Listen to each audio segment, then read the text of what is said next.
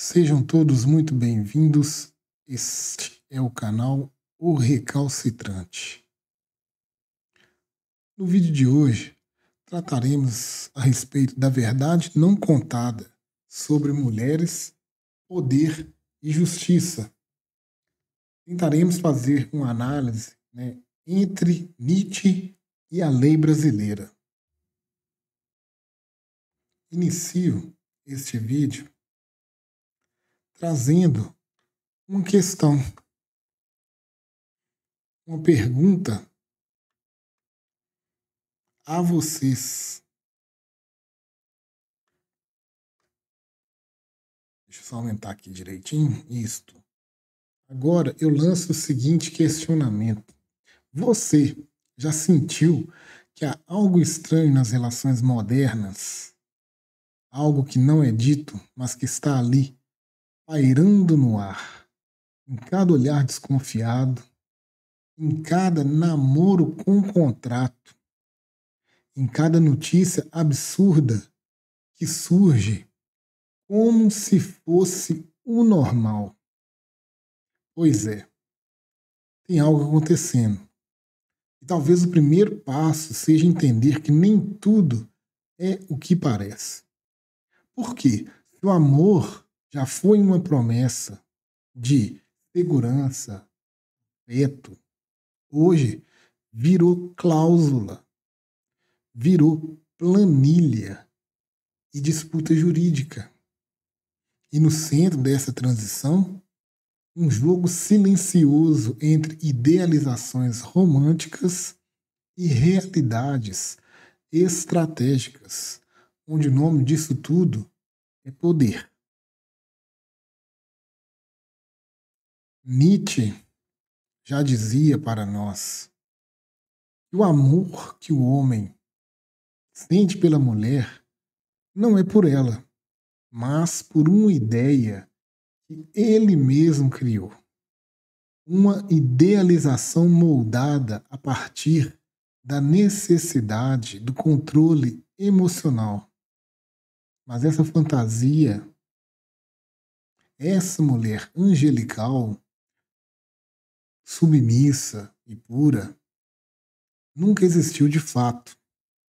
Era uma imagem que ele mesmo projetava para se sentir necessário.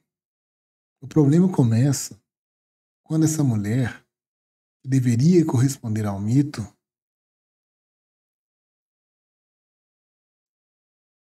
essa mulher,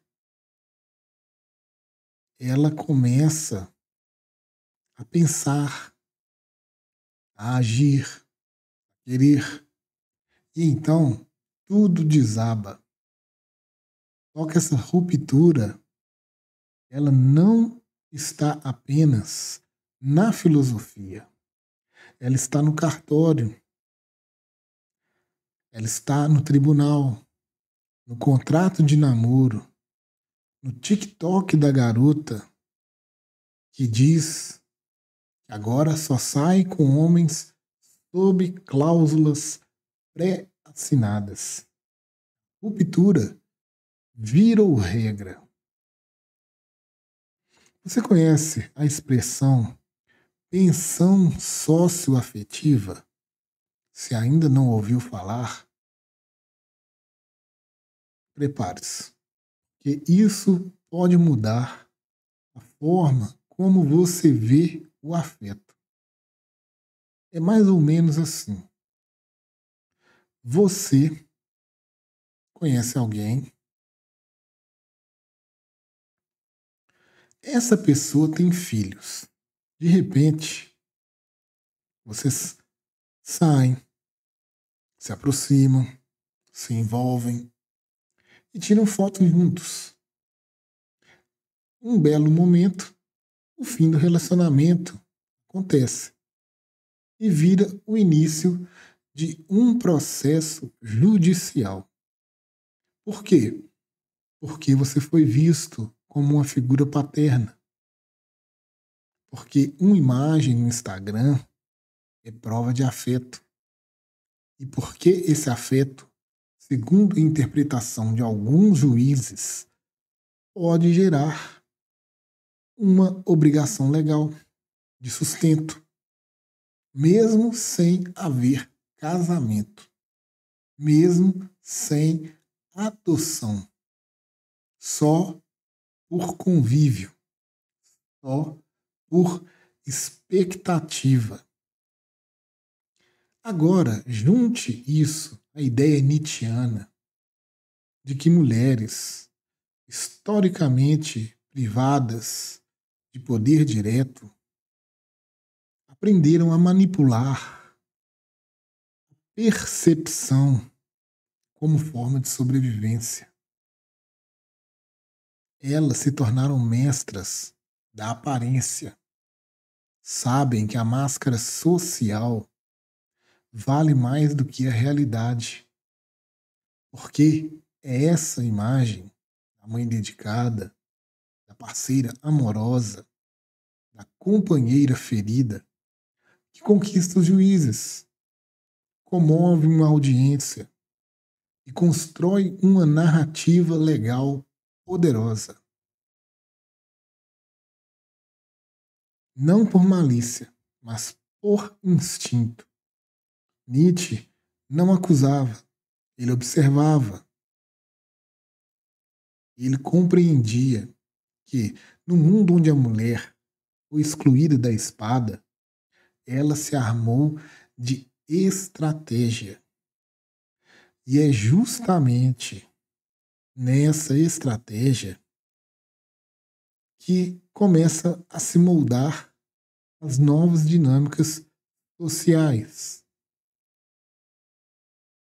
Se antes o homem dominava pelo discurso e pelo dinheiro, agora se vê acuado por leis que o responsabilizam.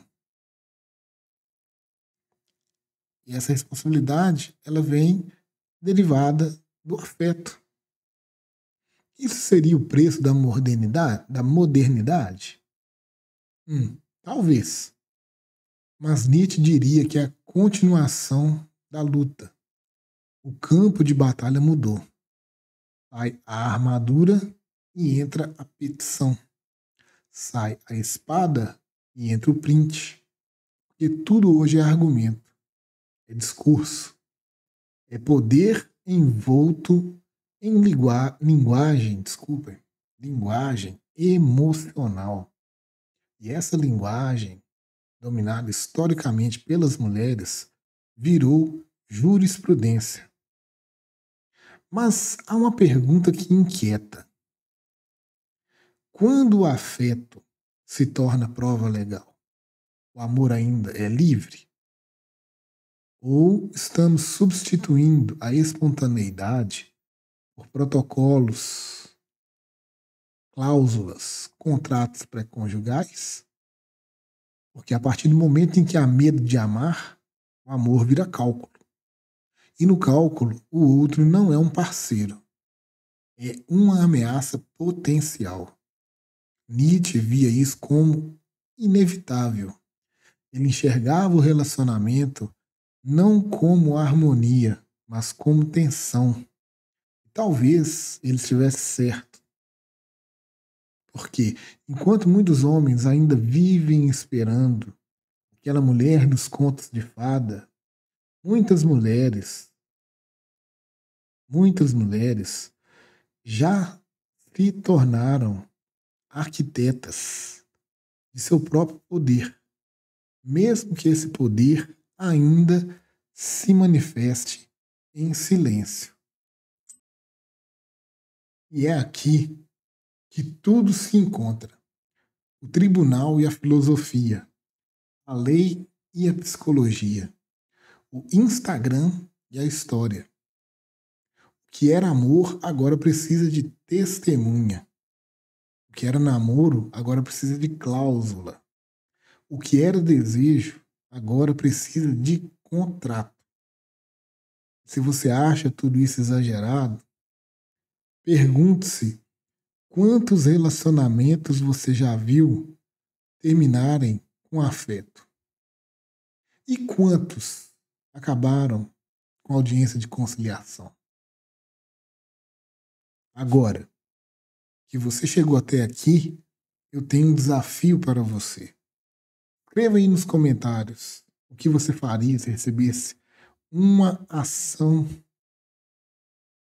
de pensão de uma criança que nunca foi sua, mas que te viu por 3 meses como figura paterna. E se esse conteúdo te faz pensar diferente, se te faz enxergar um lado que ninguém fala, então talvez seja a hora de você fazer parte da nossa comunidade. Mas não porque eu pedi, e sim porque a gente aqui vai fundo, além do óbvio. Se inscreve no canal e ativa o sino, não só para ser notificado, mas para não ser mais um que vive de ilusão. Porque aqui a verdade incomoda, mas liberta.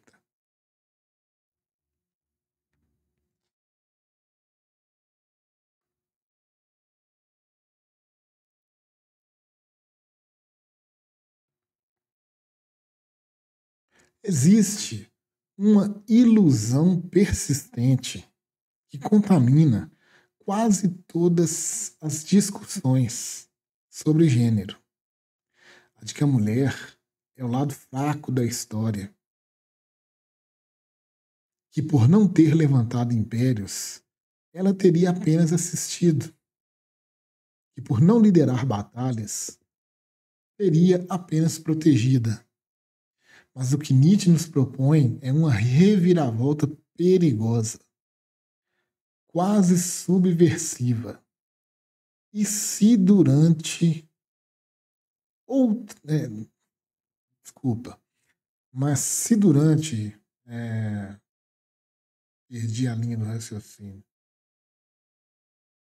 Mas e se durante todo esse tempo ela usava apenas outras armas? Armas essas invisíveis. Armas psicológicas, emocionais. Armas que não matam com força, mas controlam por meio do afeto, da aparência, da moralidade, construindo narrativas emocionais. Sim, Nietzsche via a moral não como verdade absoluta, mas como uma tática. E no caso das mulheres, uma adaptação milenar. Quando se é proibida de governar, legislar ou dominar pela força, resta o caminho da influência. E influenciar, ela aprendeu com maestria. Com o tempo, a sociedade passou a admirar justamente as virtudes que favoreciam essa tática. Paciência, empatia, cuidado, delicadeza, moral elevada.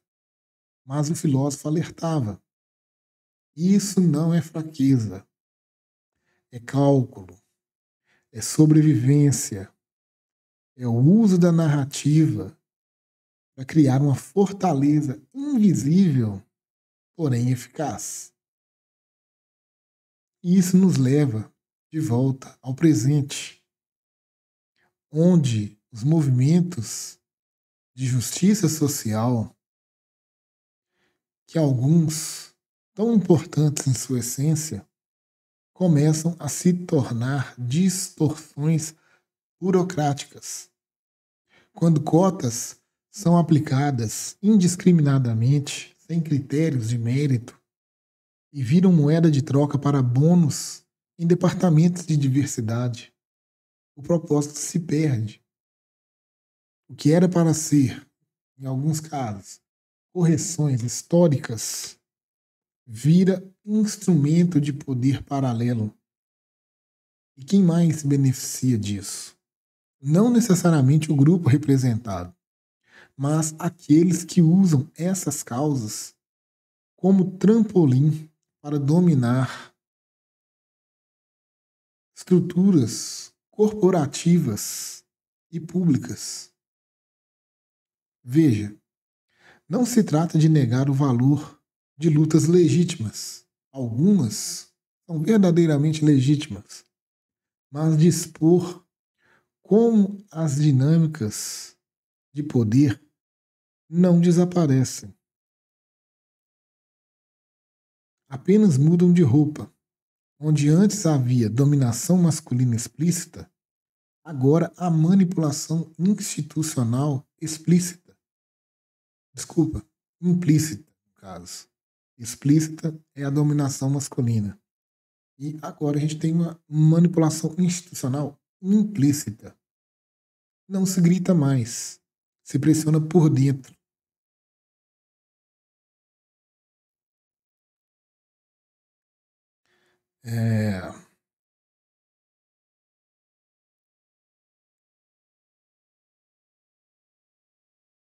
Se pressiona por meio de via política, de leis, afeto, sensibilização.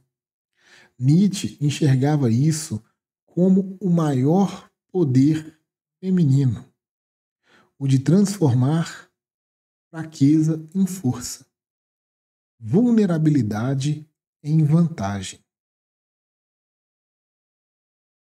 Agora, pense comigo. O que acontece quando essas estratégias antes invisíveis ganham um corpo jurídico? Quando a narrativa emocional vira decisão judicial? Quando o afeto documentado numa foto gera pensão? É o ápice da estratégia nietzschiana. Domínio total da percepção. O juiz não vê o relacionamento em si, mas a história que é contada sobre ele. E histórias, como já dizia outro filósofo, moldam a realidade muito mais do que os fatos. É por isso que muitos homens, nos dias de hoje, têm medo. Medo de se envolver, medo de confiar, medo de amar. Porque, no fundo, eles sentem que não estão mais lidando com uma pessoa, mas com uma bomba relógio jurídica. E esse medo, ele se reflete nas estatísticas. O crescimento dos relacionamentos com contrato, o aumento do número de homens que preferem relações pagas do que vínculos afetivos, se é que vocês me entendem. A ascensão do discurso de que o casamento é um risco patrimonial. Tudo isso é sintoma. Sintoma de que a confiança, esse elemento sutil que sustentava os laços, foi substituído pela cautela. E aí entra uma questão crucial. Estamos lidando e criando uma sociedade onde todos desconfiam de todos? Onde o afeto é uma armadilha e o amor uma jogada de poder? Nietzsche diria que sim. Que o que chamamos de romance é apenas um campo de batalha disfarçado, onde homens e mulheres, em vez de se entregarem, se protegerem, ao invés de se conhecerem, se testam. Ao invés de construírem juntos, eles tentam garantir vantagem. Talvez você esteja se perguntando: tem saída? Existe outro caminho além do medo, do controle e da manipulação? A resposta é incômoda. E Nietzsche, mais uma vez, ele não nos oferece conforto, mas oferece lucidez. Segundo ele, o verdadeiro relacionamento só pode surgir quando as máscaras caem. quando o homem deixa de idealizar a mulher e a mulher deixa de manipular o homem. Quando nenhum dos dois tenta dominar o outro, mas se expõem em igual vulnerabilidade. E isso, essa entrega sem garantias, é assustadora, mas é também a única possibilidade de algo autêntico. Agora, me diz, você teria coragem de amar alguém sem contrato, sem cláusula, sem segurança, de se entregar de verdade, sabendo que poderia sair ferido, não só emocionalmente, mas até juridicamente? Se a sua resposta é sim, ou mesmo se for um não sei, comenta aqui. Eu quero entender o que você sente. E talvez a cura dessa guerra esteja justamente na nossa conversa. Se até aqui você teve coragem de encarar essas ideias, talvez você seja parte de algo maior. Se inscreve no canal, mas não por impulso, e sim porque aqui a gente faz perguntas que incomodam, e nesse incômodo a gente se encontra.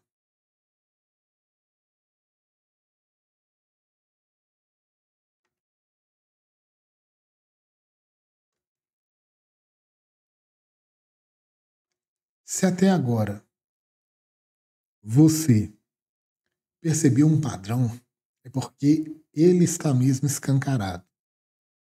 A ilusão do amor romântico ruiu. O que restou no lugar foram contratos, receios e armaduras emocionais. Nietzsche não apenas previa essa crise,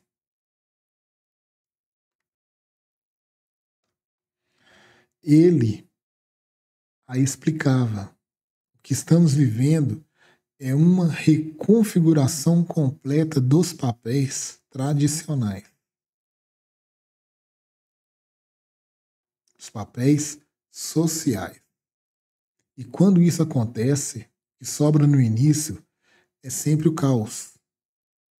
Homens que antes eram os únicos donos da narrativa, agora se veem desarmados diante de mulheres que não pedem mais permissão, que não esperam mais aprovação e que, com ou sem leis a seu favor, ocupam espaços com uma força silenciosa, porém incontestável. Mas essa transformação não ocorre sem dor, porque atrás não, por trás de todo avanço feminino, há também um desmonte da identidade masculina tradicional. E o que Nietzsche chamava de ressentimento masculino não é apenas o ódio ou o machismo, é desorientação.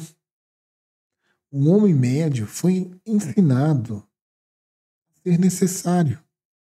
E quando a mulher não precisa mais dele, nem para proteger, nem para sustentar, nem para validar, ele entra em colapso, se vê nu, sem propósito, sem saber quem é. E é aí que surge o ressentimento. Não contra a mulher, mas contra o novo mundo que não o reconhece mais. E nesse cenário surgem os extremos. De um lado, discursos que tentam resgatar o machismo sob um novo verniz. Do outro, uma euforia triunfalista que interpreta qualquer questionamento como opressão. Mas nenhum desses lados propõe solução. E a verdade é mais complexa do que os slogans. A verdade é que homens e mulheres precisam redefinir o que significa se relacionar num mundo onde as regras antigas não funcionam mais.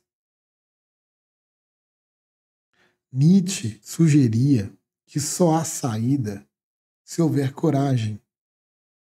Coragem para encarar o outro não como um inimigo ou um instrumento, mas como espelho.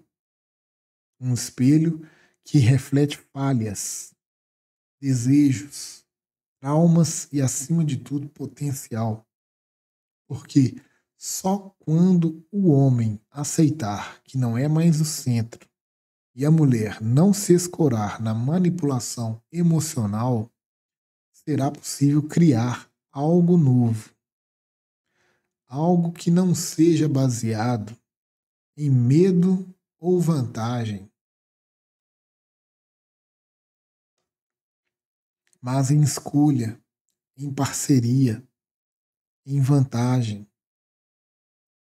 Em vantagem não, em verdade, desculpa. Em verdade. Mas, vamos ser honestos, isso é difícil, muito difícil. Porque exige um grau de honestidade emocional que poucos suportam. Exige deixar de lado todo o discurso pronto, o personagem de rede social, o papel ensaiado. Exige dizer: eu não sei, eu não sei. E isso é revolucionário. Um mundo de certezas automáticas e julgamentos instantâneos, a admissão é uma dúvida, às vezes até um ato radical. Talvez seja por isso tão poucos se aventuram por esse caminho.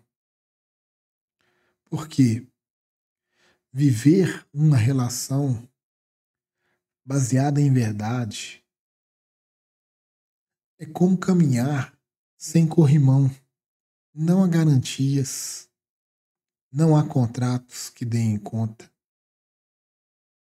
Só há vulnerabilidade, mas também há crescimento. Crescimento real. Não aquele vendido em frases motivacionais, mas aquele que exige que você olhe para suas sombras e decida ter mais do que elas. Então, a grande pergunta não é quem tem razão, mas sim quem tem coragem. E se você teve coragem de ficar até aqui, é porque você não é um espectador comum. É alguém que quer entender o que está por trás dos rótulos, das manchetes, dos discursos prontos. Por isso é que vai meu convite. Não apenas se inscreva no canal. Faça parte dessa comunidade que não foge das perguntas difíceis, que sabe que a verdade pode doer, mas também pode libertar. E mais, compartilhe esse vídeo com alguém que você respeita, alguém com quem você toparia ter uma conversa honesta, daquelas que mudam não só o jeito de pensar, mas talvez até o jeito de amar. E fica aqui alguns lembretes da inscrição Ser com Consciência. Compartilhar essa mensagem para quem está disposto a ouvir a verdade. E dizendo a respeito de verdade, até a próxima verdade que traremos aqui no canal. Agradeço a sua audiência e nos vemos do outro lado do espelho em breve.